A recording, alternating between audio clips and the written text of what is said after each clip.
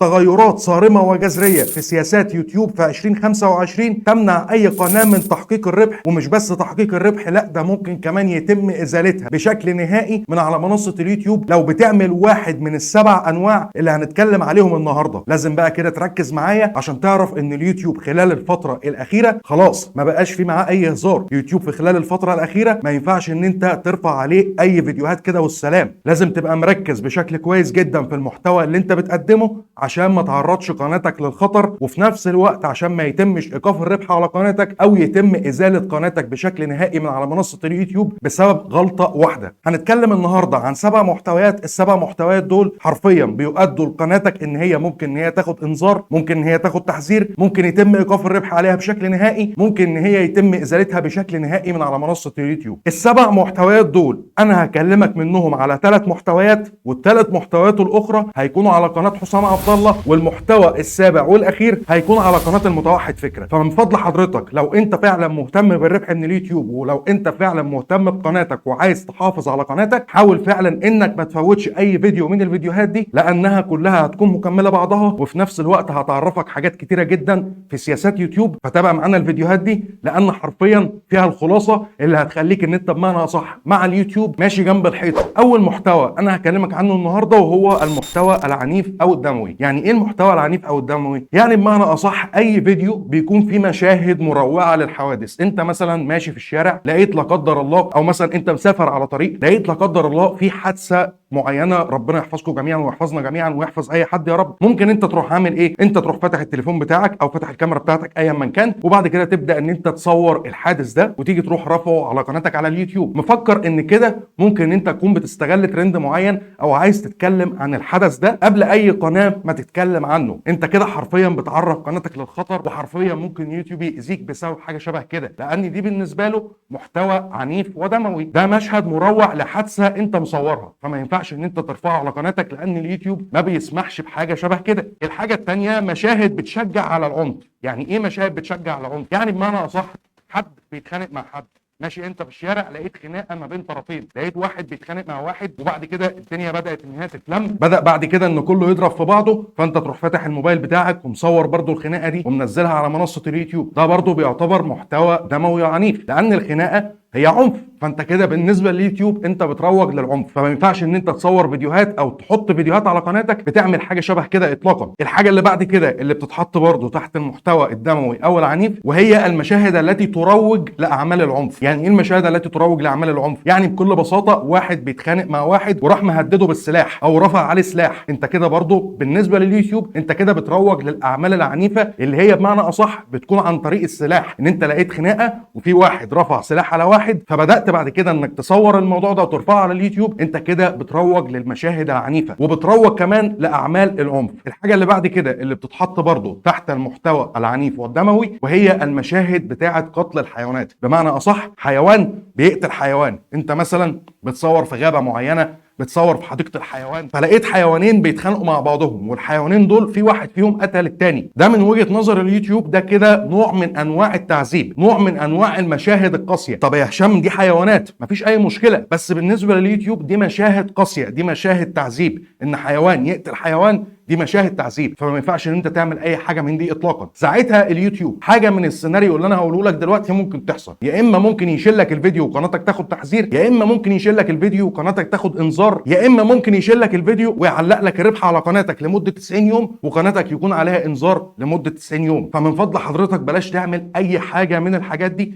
لان هم حرفيا دلوقتي في يوتيوب ما بيتفهمش. اليوتيوب خلال الفتره الاخيره سياساته صارمه، اليوتيوب خلال الفتره الاخيره مش بيرحم مخالف، بيتلكك بمعنى اصح على المخالفات، لان هو عايز منشئ المحتوى يبقى منشئ محتوى اصلي وحصري، محتوى من انشائه محافظ على السياسات والارشادات بتاعه المنصه اللي اليوتيوب قايلها، وفي نفس الوقت كمان عايز يوفر بيئه امنه للمشاهد اللي بيتفرج. يعني ايه عايز يوفر بيئه امنه للمشاهد اللي بيتفرج؟ لان معلش المشاهد اللي بيتفرج على اليوتيوب في منه الطفل، في منه الشاب، في منه الراجل الكبير، في ناس ممكن ما بتستحملش الحاجات دي، فهو عايز ان المنصه بتاعته تبقى منصه امنه للمشاهد بحيث ان هو يخلي المشاهد فيها اكبر فتره ممكنه. كده خلاص عرفنا المحتوى الدموي والعنيف، ندخل على النوع الثاني وهو خطاب الكراهيه.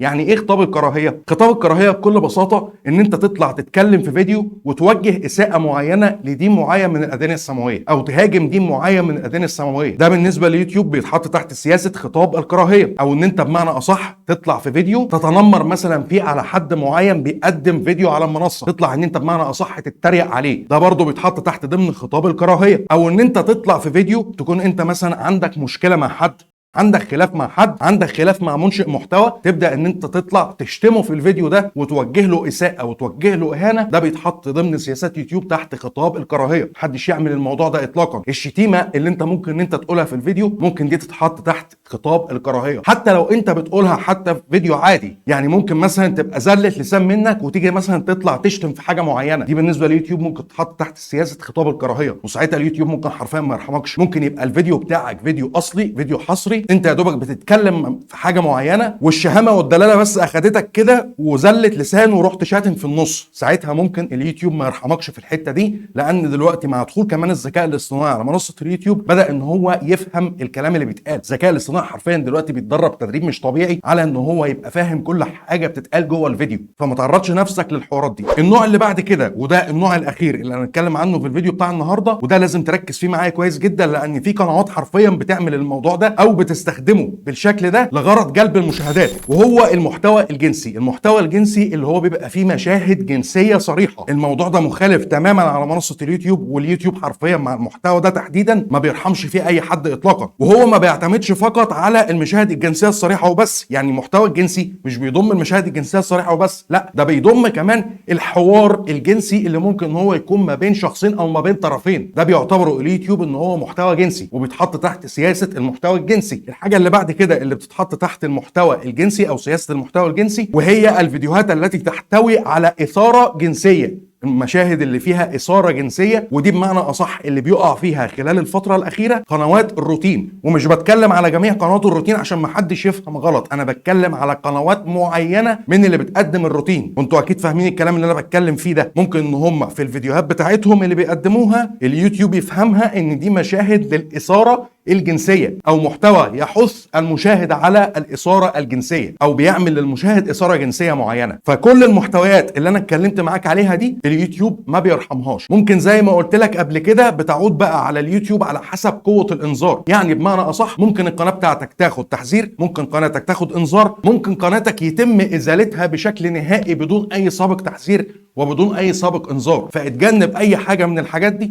عشان ما تضيعش تعبك وعشان ما تضيعش مجهودك، وعشان حرفيا المشاهد دلوقتي بقى كمان عنده وعي كبير جدا وعنده وعي شديد جدا. ممكن ان هو لو لقى اي حاجه من الحاجات دي ممكن ان هو يعمل ابلاغ في الفيديو، وساعتها اليوتيوب بيبدا ان هو يراجع الفيديو ده. لو لقى ان فعلا المشاهد اللي بلغ ده او منشئ المحتوى اللي بيتفرج عليك وبلغ ده، لو لقى ان البلاغ بتاعه صحيح، ساعتها اليوتيوب بيبدا ان هو يتخذ الاجراء المناسب اللي هو شايفه مع القناه بتاعتك. فما تعرضش نفسك لاي حاجه من الحاجات دي، وحافظ على قناتك، وحاول انك تقرا وتسمع اللي احنا بنقوله بخصوص ارشادات منتدى يوتيوب، عشان لما بتقع في المشكله بتيجي بعد كده تقول الحقني. لان ساعتها في مشاكل حرفيا ما بتبقاش مشاكل سهله، في مشاكل حرفيا ما بتتحلش مع اليوتيوب، وساعتها العدو بتاعك مش هيبقى اليوتيوب ذات نفسه، لا ساعتها عدوك هيبقى هو نفسك، لان انت اللي بتعمل الموضوع ده، وانت اللي انشأت الحوار من الاول، وانت اللي عملت المشكله من الاول. هو اليوتيوب حاطط لك في سياساته بيقول لك والله انا عندي 1 2 3 4 غلط، انت مثلا عملت واحد من الاربعه دول، خلاص يبقى ما تلومش ساعتها غير نفسك. هو ده كان يبقى الفيديو بتاع النهارده اللي انا حبيت ان انا اعرفك فيه الثلاث انواع اللي هم مخالفين لارشادات منتدى يوتيوب، والاربع انواع التانيين هكون سايبهم لك في اول تعليق مثبت، تقدر ان انت تروح تتفرج عليهم على قناه حسام عبد الله، والنوع الاخير هيبقى على قناه المتوحد فكره، عشان تقدر ان انت تبقى ملم بالموضوع بشكل كامل. لو عندك دلوقتي اي استفسار، عندك اي سؤال، انزل اكتب لي تحت في الكومنتات وهتلاقيني برد عليك. لايك وشيرك وسبسكرايبك، واشوفك الفيديو الجاي. سلام.